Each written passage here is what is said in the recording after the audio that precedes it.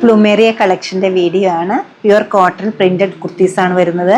Slitted tops ആണ്. Only top മാത്രമാണ് ഇന്നത്തെ വീഡിയോയിൽ ഞാൻ കാണിക്കുന്നത്. നെക്കിലേക്ക് നല്ലൊരു ലേസിൻ്റെ ഡീറ്റെയിലിങ്ങോട് കൂടിയിട്ടുള്ളൊരു റൗണ്ട് നെക്കാണ് കൊടുത്തിരിക്കുന്നത്.